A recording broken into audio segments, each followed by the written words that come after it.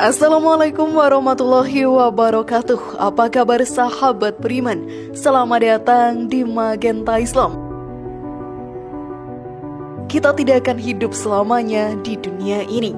Pada saatnya nanti, diri kita pun akan kembali ke akhirat dan meninggalkan dunia yang kita tinggali. Tidak akan ada yang bisa menghindari kematian yang sudah ditentukan oleh Allah Ta'ala. Ada beberapa dari keluarga, teman, atau orang-orang terdekat kita yang sudah meninggal dunia.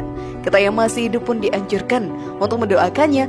Bahkan beberapa di masyarakat kita melakukan yasinan. Yasinan menjadi hal yang lumrah di kalangan masyarakat. Lalu apakah mereka yang sudah berada di alam kubur bisa mendengarkan doa kita? Dan bagaimanakah keadaan mereka saat mendapatkan kiriman doa? Simak video ini hingga akhir ya, agar pemahaman kalian utuh dan tidak tersesat. Berikut yasinan. Benarkah orang yang meninggal mendengar doa kita? Versi dari Magenta Islam.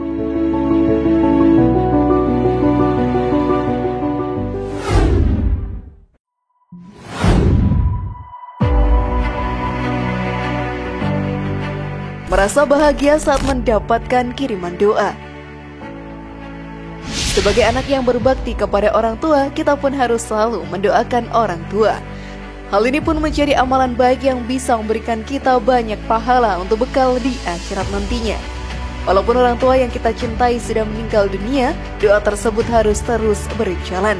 Karena doa tersebutlah yang akan menjadi amalan baik yang diterima oleh mereka di alam barzah nanti. Seperti yang dijelaskan dalam hadis, bila salah seorang anak Adam meninggal dunia, maka putuslah segala amal perbuatannya, kecuali 3 perkara: sedekah jariah, ilmu yang bermanfaat, dan doa anak saleh kepada orang tuanya. Hadis riwayat muttafaq alaih dari Abu Hurairah radhiyallahu anhu. Dengan doa tersebut, orang tua kita pun akan terhindar dari siksa kubur yang sangat menyiksa. Lalu mereka juga akan terhindar dari api neraka yang sangat mengerikan. Sudah sewajarnya sebagai anak yang berbakti kepada kedua orang tua, kita melakukan hal tersebut.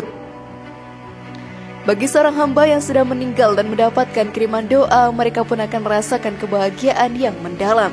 Seperti yang dikisahkan dalam kitab Irsadul Ibad, yang menceritakan seorang pemimpi yang bertemu dengan ahli kubur dalam mimpinya. Ia terheran lihat banyak dari mereka memungut sesuatu yang ada di sana. Ia pun bertanya kepada ahli kubur yang hanya duduk dan tidak ikut memungut itu, apa yang mereka pungut itu? Dan ahli kubur itu menjawab, mereka memungut hadiah yang diberikan oleh muslim yang masih hidup, berupa bacaan Al-Quran, sedekah, dan doa. Lalu sang pemimpi kembali bertanya, kenapa Anda tidak ikut memungut? Sang ahli kubur menjawab, aku sudah cukup karena sudah dikirimkan oleh anakku setiap hari dengan bacaan Al-Quran, dan saat ini anakku sedang berjualan di pasar. Setelah terbangun, sang pemimpi tersebut langsung berlari ke pasar dan menemukan anak dari ahli kubur dan menanyakan tentang mimpinya. Sang anak menjawab, aku baca Al-Quran saat berziarah kubur, aku hadiahkan untuk orang tuaku. Sudahkah kalian mendoakan orang tua kalian hari ini, sahabat beriman? Namun sebelum video semakin berlanjut, klik dulu tombol loncengnya supaya kita tetap bertebar syiar melalui channel ini. Mari berbagi pengetahuan dan ilmu yang bermanfaat. Amin ya robbal alamin.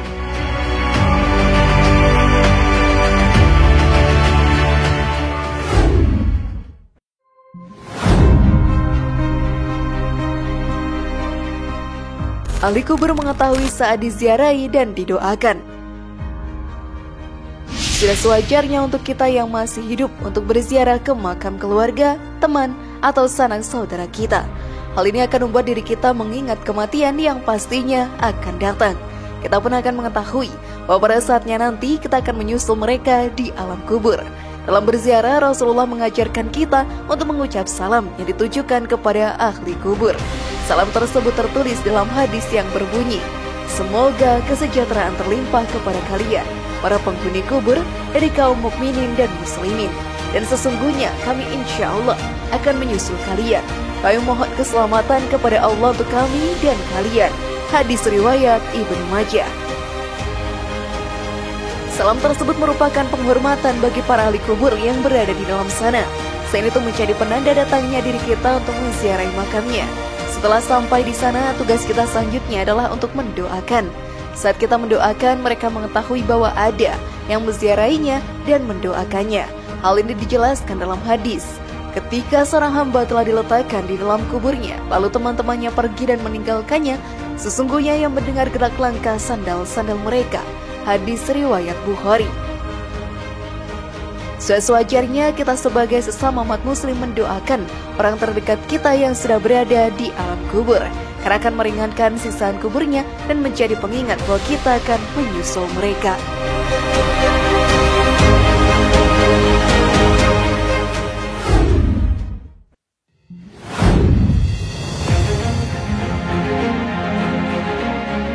Semakin mengingatkan kita akan akhirat.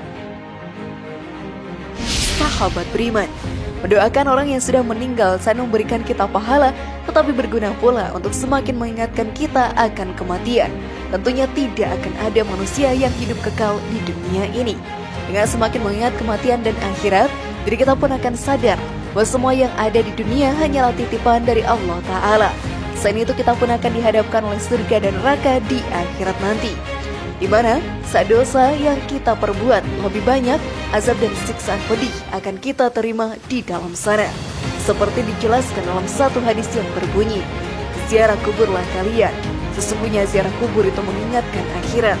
Dulunya aku melarang kalian berziarah kubur, maka sekarang berziarah kubur. Sesungguhnya ziarah kubur membuat kalian suhud terhadap dunia dan mengingatkan akhirat.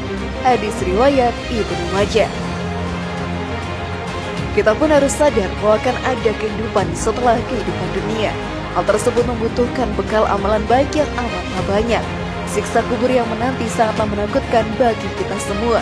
Merugilah bagi umat yang mengejar dunia saja, dan mereka pun hanya mengejar kenikmatan sementara dan meninggalkan surga yang menjadi tempat segala kenikmatan serta keindahan di akhirat nanti.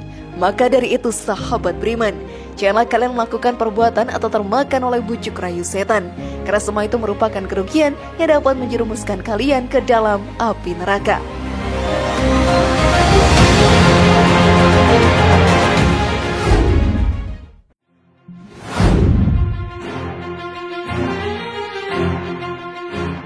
Kematian pasti akan datang kepada kita.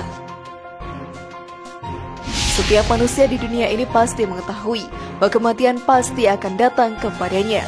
Dunia pun hanya menjadi tempat pengujian bahwa diri kita beriman dan bertakwa kepada Allah ataukah tidak. Hal ini dijelaskan dalam Al-Quran. Kami tidak menjadikan hidup abadi bagi seorang manusia pun sebelum kamu Muhammad. Maka jikalau kamu mati, apakah mereka akan kekal? Quran Surat Al-Anbiya ayat 34. Tidak akan ada yang bisa menghindari kematian. Saat ini teknologi secanggih apapun tidak akan bisa membuat diri kita menjadi kekal. Saat waktunya tiba sahabat beriman, malaikat Israel pun akan turun dan mencabut nyawa dari tubuh kita ini. Semua itu sudah menjadi takdir diri kita yang sudah ditentukan oleh Allah Ta'ala. Seperti diterangkan dalam Al-Quran, tiap-tiap yang berjiwa akan merasakan mati. Kami akan menguji kamu dengan keburukan dan kebaikan sebagai cobaan yang sebenar-benarnya, dan hanya kepada kamilah kamu dikembalikan. Quran Surat Al-Anbiya ayat 35. Dunia merupakan tempat ujian untuk keimanan kita kepada Allah Ta'ala. Setan pun tidak akan tinggal diam dan selalu menggoda umat manusia untuk berbuat dosa. Kita harus selalu memperkuat keimanan kita agar tidak terjerumus ke dalam api neraka. Hal ini diterangkan dalam Al-Quran yang menjadikan mati dan hidup, supaya dia menguji kamu, siapa di antara kamu yang lebih baik amalnya, dan dia maha perkasa lagi maha pengampun. Quran Surat Al-Mulk ayat 2. Maka dari itu jangan sia-siakan kehidupan yang sudah diberikan oleh Allah Ta'ala untuk kita. Gunakanlah untuk memperbanyak ibadah dan berbuat baik agar bisa menjadi salah satu penghuni surga.